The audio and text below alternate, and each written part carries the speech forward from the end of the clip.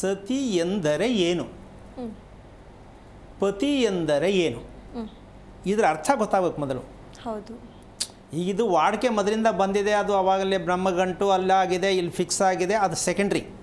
ಅದು ಹೇಳ್ತಾನೆ ಇದ್ದರೆ ಅದು ಸುಳ್ಳು ಆಗ್ತಾನೆ ಇದೆ, ಅದು ಮುಂದುವರೆದ ವಿಚಾರ ಇಲ್ಲ. ಇವತ್ತಿನ ವಿಚಾರ ವಿಶೇಷ ಏನಪ್ಪ ಅಂದರೆ ಸತಿಯ ಅರ್ಥ. ಯಾಕೆ ಅವರಿಗೆ ಸತಿಪತಿ ಅಂತ ಹೇಳಬೇಕು? ಇದು ನಾವು ಕೊಡಬೇಕಾಗಿರ್ತಕ್ಕಂಥ ಸಂದೇಶ. ಸತಿ ಎಂದರೆ ಏನು ಅಂತಕ್ಕಂಥ ಮೊದಲನೇ ವಿಚಾರಕ್ಕೆ ಬಂದರೆ, ಸತಿ ಅಂದರೆ ಮನಸ್ಸು. ಪತಿ ಎಂದರೆ ಏನು? ಆತ್ಮ. ಆತ್ಮ ಸಾಕ್ಷಾತ್ಕಾರ ಅಂತ ಹೇಳ್ತಾರೆ. ಏನು ಆತ್ಮ ಸಾಕ್ಷಾತ್ಕಾರ ಅಂದರೆ ಉತ್ತರ ಸಿಗೋದು ಕಷ್ಟ. ಹೌದಾ? ಹೌದು. ಮದುವೆ ಆಗೋದೇನಕ್ಕೆ ಅಂದರೆ ಆತ್ಮ ಸಾಕ್ಷಾತ್ಕಾರಕ್ಕೋಸ್ಕರವಾಗಿ ಮದುವೆ ಆಗೋದು. ಇದನ್ನೇ ಸಂಸ್ಕಾರ ಅನ್ನೋದು. ಆದರೆ ನಾವು ಈ ಕುಂಟು ನೆಪ ಹೇಳ್ಕೊಂಡೇ ಬಂದ್ಬಿಟ್ಟೋ.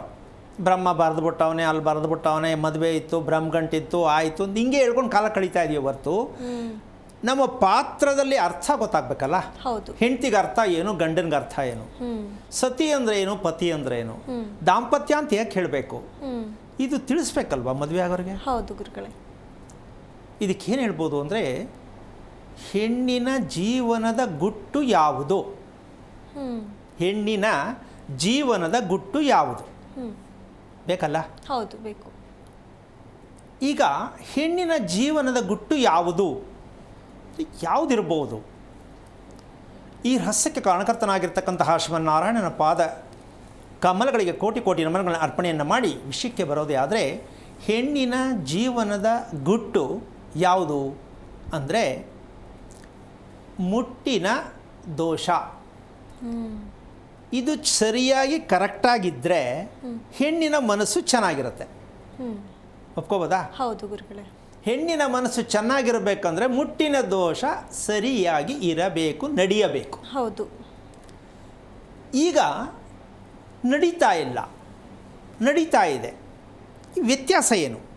ಯಾಕೆ ನಡೀತಾ ಇಲ್ಲ, ನಡೀತಾ ಇದೆ ಅನ್ನೋದಕ್ಕೆ ಅವ್ರಿಗೆ ತೃಪ್ತಿ ಇದೆ, ಫೈನ್. ಈ ಮನಸ್ಸಿಗೆ ಮೂಲಕಾರಕನಾಗಿರ್ತಕ್ಕಂತಹ ಈ ಒಂದು ಸತ್ಯತೆಯನ್ನು ಹೆಣ್ಣು ಮಕ್ಕಳಿಗೆ ತಂದೆ ತಾಯಿಯಾದವರು ತೋರಿಸ್ಕೊಟ್ರೆ, ಹೇಳಿಕೊಟ್ರೆ, ಹೆಣ್ಣು ಮಕ್ಕಳ ಜೀವನ ತುಂಬ ವಿಶೇಷವಾಗಿರ್ತಕ್ಕಂಥದ್ದು. ಮನಸ್ಥಿತಿ ಹೆಣ್ಣಿಗೆ ಡೋಲಾಯಮಾನವಾಗಿ ಇರಬಾರ್ದು. ಹೆಣ್ಣು ಯಾವಾಗಲೂ ಬೇರೆ ಥರದ ಯೋಚನೆ ಮಾಡಬಾರ್ದು ಅಂತ ಬುದ್ಧಿ ಹೇಳುವಾಗ ಹೇಳ್ತಾರೆ. ಏನೇನೋ ಮನಸ್ಸಿಗೆ ತೊಗೋಬೇಡ ಕಣಮ್ಮ ಅಂತ ಬುದ್ಧಿ ಹೇಳ್ತಾರೆ. ಹೌದು. ಆ ಬುದ್ಧಿ ಹೇಳೋದ್ರಿಂದ ಅವಳಿಗೇನು ಅರ್ಥ ಆಗಲಿಲ್ಲ. ನಾನು ಏನು ಮಾಡಲಿ, ನನಗೆ ಗೊತ್ತಾಗ್ತಾ ಇಲ್ಲ, ನನ್ನ ಮನಸ್ಸು ನನಗೆ ಕಂಟ್ರೋಲ್ ಸಿಗ್ತಾ ಇಲ್ಲ ಅಂತ ಅವಳು ಹೇಳ್ತಾಳೆ. ಅದಕ್ಕೆ ಅವ್ರ ಹತ್ರ ಉತ್ತರ ಇಲ್ಲ. ಹೌದಾ? ಹೌದು. ಗಂಡನೂ ಹೇಳ್ಬೋದು, ಅಕ್ಕಪಕ್ಕದವ್ರು ಹೇಳ್ಬೋದು, ಅತ್ತೆಯವರು ಯಾರು ಬೇಕಾದ್ರೆ ಹೇಳ್ಬೋದು, ಮನಸ್ಸು ಕರೆಕ್ಟಾಗಿ ಇಟ್ಕೋ, ಮನಸ್ಸು ಕರೆಕ್ಟಾಗಿ ಇಟ್ಕೋ ಅಂತ. ಹೇಗೆ ಇಟ್ಕೊಳ್ಳೋದು ಅಂತ ಕೇಳಿದ್ರೆ ಉತ್ತರ ಇಲ್ಲ. ಬೇಕಲ್ಲ ಅದಕ್ಕೆ ಉತ್ತರ? ಹೌದು. ಹಾಗಾಗಿ ಈ ಉತ್ತರ ಏನು ಅಂತಕ್ಕಂಥದ್ದಕ್ಕೆ ಈಗ ಇರತಕ್ಕಂಥ ಮುಖ್ಯವಾದ ಗುಟ್ಟಿನ ವಿಚಾರ ಮುಟ್ಟಿನ ದೋಷ ಅಂತಕ್ಕಂಥದ್ದಕ್ಕೆ ವಿಚಾರ ಬಂತು. ಈ ಮುಟ್ಟಿನ ದೋಷ ಯಾಕೆ ಬರುತ್ತೆ, ಯಾಕೆ ಆಗಬೇಕದು, ಅದಕ್ಕೆ ಉತ್ತರ ಬೇಕಲ್ಲ? ಹೌದು.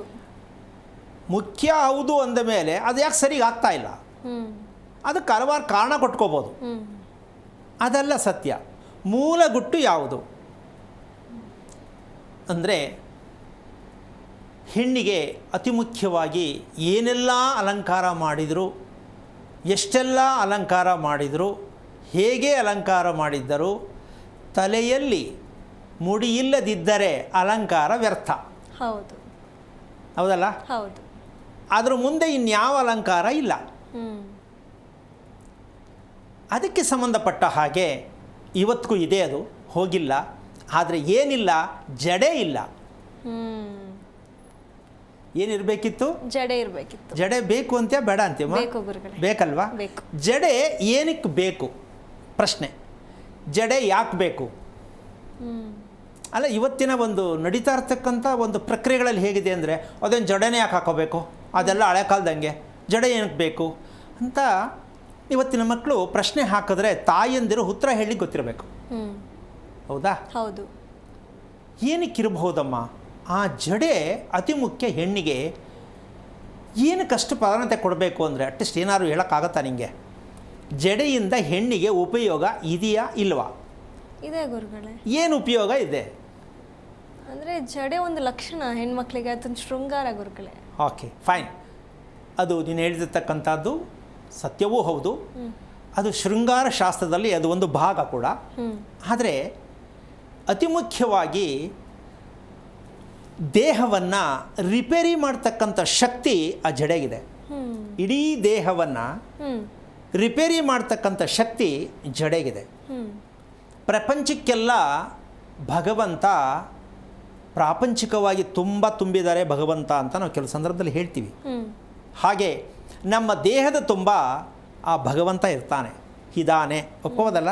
ಹೌದು ಗುರುಗಳೇ. ಈಗ ಭಗವಂತನಿಗೆ ನಾವು ಗಂಟೆ ಶಬ್ದವನ್ನು ಮಾಡಿ ದೇವಾಲಯಕ್ಕೆ ಬರಮಾಡ್ತೀವಿ, ಹೌದು ಸರಿ ತಾನೆ? ಹೌದು. ಹಾಗಿದ್ದ ಮೇಲೆ ಹೆಣ್ಣು ಗಂಟೆ ಶಬ್ದವನ್ನು ಮಾಡಬೇಕು ಅಂದರೆ ಜಡೆ ಇರಲೇಬೇಕು. ಹೆಣ್ಣು ಗಂಟೆ ಶಬ್ದ ಮಾಡಬೇಕಲ್ಲ, ಹೌದು. ಅದಕ್ಕೆ ಜಡೆ ಇರಬೇಕು. ಆ ಜಡೆ ಗಂಟೆ ಶಬ್ದ ಆಗತ್ತೆ ಅಂತೀಯ ಇಲ್ಲ ಅಂತೀಯಮ್ಮ? ಅಂದರೆ ಶಬ್ದ ಬರಬೇಕು ಅಂತಲ್ಲ, ಹಾಂ, ಅದು ನಡೀತಾ ಇರಬೇಕಾದ್ರೆ ಮೇಲೆ ಕೆಳಗೆ ಹೊಡೆಯುತ್ತಾ ಇಲ್ವಾ? ಹೌದು, ಹೊಡೆಯುತ್ತೆ. ಅದು ಗಂಟೆ ಆಯಿತು ಅಂತ ಅರ್ಥ ಆಗುತ್ತಲ್ಲ. ಹೌದು, ಹೌದು. ಅಂದರೆ ಹೆಣ್ಣಿನ ಮನಸ್ಸಿನ ಗಂಟೆ, ಹೆಣ್ಣಿನ ಮನಸ್ಸಿನ ಗಂಟೆ ಹೊಡೆಯುತ್ತೆ. ಜಡೆ ಬೆನ್ನಿನ ಭಾಗದಲ್ಲಿ ಅದನ್ನು ಕೆಳಬೆನ್ನು ಅಂತ ಹೇಳ್ತಾರೆ. ಆ ಕೆಳಬೆನ್ನಿನಲ್ಲೇ ಇರ್ತಕ್ಕಂಥದ್ದು ಪೂರ್ಣವಾಗಿರ್ತಕ್ಕಂಥ ಸತ್ಯ. ಆ ಭಾಗ ಅದು ಓಡಾಡಬೇಕಾದ್ರೆ ತಿರುಗಬೇಕಾದ್ರೆ ಅದು ಟಚ್ ಹೊಡಿತಾನೇ ಇದ್ದರೆ ಯಾವ ಕಾರಣಕ್ಕೂ ಹೆಣ್ಣಿಗೆ ಬೇಜಾರು ಕೋಪ ಅನ್ನೋದು ಬರೋದೇ ಸಾಧ್ಯನೇ ಇಲ್ಲ.